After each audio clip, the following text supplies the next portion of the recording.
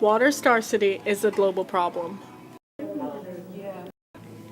Over 700 million people live below the water stress threshold today.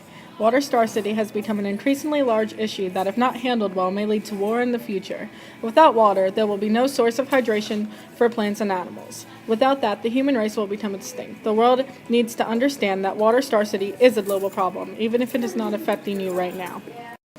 Today, almost 70% of the world's water use comes from irrigation systems. The increased use of fertilizer and pesticides has contaminated growth of groundwater and surface water supplies. Fun fact, over the period to 2050, world's water will have to support the agricultural systems that will feed and create livelihoods for an additional 2.7 billion people.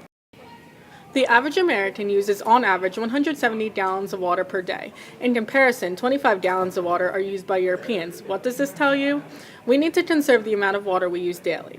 Did you know that by 2025, 1,800 million people will be living in countries or regions with absolute water scarcity?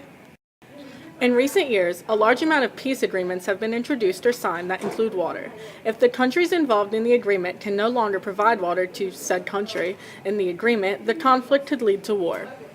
The Middle East and Africa provoked the greatest concern about water shortage. By 2025, 40 countries in the region are expected to experience water stress or scarcity. As water scarcity increases, the price of water will become increasingly high because it is becoming increasingly scarce. So, as seen by the last few points, water scarcity is a global problem, and without changing how we live our lives, it is not going to get any better. We need to start conserving our water instead of wasting it like water pits. Instead of taking a 20-minute shower, take a 10-minute shower. Instead of washing dishes in the dishwasher, wash them in the sink. Wash your car less often. Stop throwing so many pool parties. Anything can help. We do not want to end up in war or without water.